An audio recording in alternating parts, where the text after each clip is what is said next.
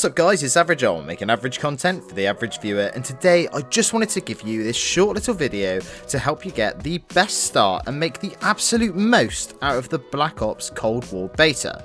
Now, I know the title says that this is the best class setup for Cold War, but the reality is these things are super subjective, and what works for some might not work for everyone. But yeah, I just thought I'd show you guys my best class setup for Black Ops Cold War so far, so that you at least have a starting platform and something to aim towards. Now the first thing to remember with all these weapons is that without any attachments, they are about as useful as a sugar paper condom. I'm not saying that they're completely unusable, but when you start unlocking some of the super good attachments for them, they really come into their own. In addition to this, as well as the attachment combinations being important, the perks that you choose can also make a dramatic difference to your whole gameplay experience. Now before we get into the actual class setup, I'd just like to remind you that I'm not saying this is the best setup in the whole game, but rather it's what I believe is going to help you get the absolute most out of this weekend and avoid you trying every single gun and not really getting a taste for how good the game can be. So let's get on with it.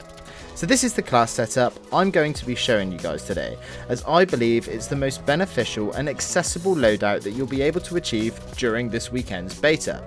Let's have a look at the meat and potatoes then, shall we?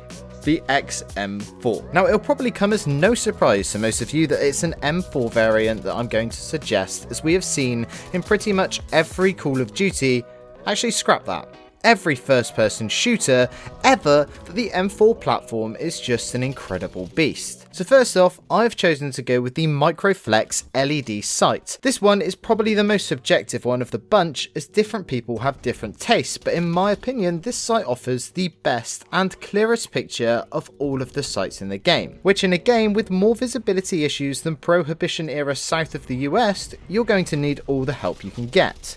Next up, we have the Agency Suppressor.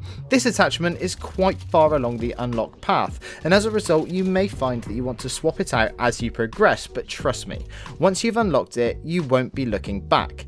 If you have come over from Modern Warfare, and especially if that was your first ever Call of Duty, you might realise that the minimap is actually quite genuinely a godsend. Like previous Call of Duty games, the minimap in Black Ops Cold War shows all enemies that are not suppressed on the map when they fire their gun. This means that if you are able to suppress your weapon, you are able to go on some extremely successful flanks and get a couple of extra kills catching your enemies unaware.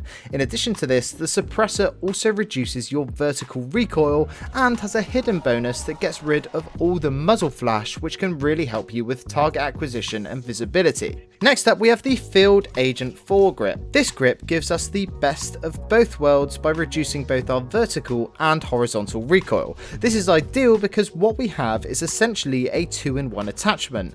This one's pretty self-explanatory, to be honest. It just turns the gun into an absolute beam. Now, perhaps a little more controversial is my choice of magazine. Now, your mileage may vary, but I have chosen to go with the 50-round magazine, and I'll explain why. The pacing of Cold War is such that the game is very much more a run and gun Call of Duty than Modern Warfare was. However, because of the higher time to kill, a lot of gunfights can become quite drawn out, and in addition to this, when coming up against multiple enemies, you need more bullets in your gun to get the job done. For this reason, I opted for more bullets in the magazine rather than a faster reload. This means that I have more potential to dispose of multiple enemies, but also if I disengage from a fight to use my stim shot and heal, I'm less likely to have to reload as well, and then I can get back into the action quicker and catch my opponent off guard. And finally, the last attachment is the buffer tube. I chose this for two reasons. The first being it has no downsides other than hipfire accuracy, which I tend not to use so much, so why the hell wouldn't I? And second is because it gives you a 30% increase to our sprint out time. This means that when I'm running and gunning around the map, I am able to pull up my gun and shoot as quick as possible after sprinting, which will help counter some of the SMG meta in this game. Right. So that's the gun out of the way, but as I mentioned, there are a couple of other things that I really think help make this setup pop, and the first is the wildcard Lawbreaker. Now, this acts similar to Overkill in Modern Warfare and allows you to take two primary weapons. However, I did try this setup with an SMG, and although it worked well, I opted to go with a launcher, making this seem redundant, right? Wrong. This wildcard also has another interesting feature which allows you to choose more than one perk from each slot, which in this game is so useful. So this is how I am able to use these perks.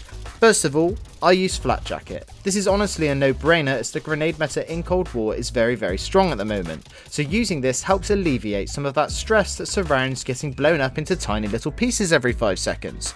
Now, for the other two, I opted for Gung Ho and Ghost. So far in the beta, I have noticed that there is pretty much always a spy plane in the air. This is usually annoying, but if you have Ghost and a suppressed weapon, it can actually work to your advantage, as enemies simply won't be expecting to see you. Just make sure that you're on the move with Ghost, as staying still will expose your position. Take that, campers. And as for Gung Ho, this perk gives you a whole host of movement and maneuverability benefits. It allows you to fire your weapon and use equipment while sprinting, move at full speed when reloading, switch weapons faster and take less damage from falling, and fire more accurately while sliding.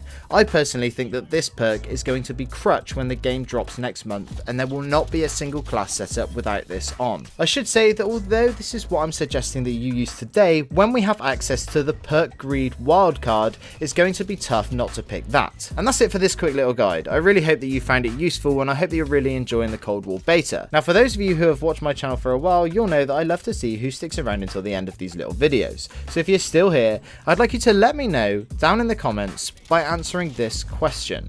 Which gun do you think is the best gun in the Black Ops Cold War beta? That's it from me today. I'm Average Joel. Peace.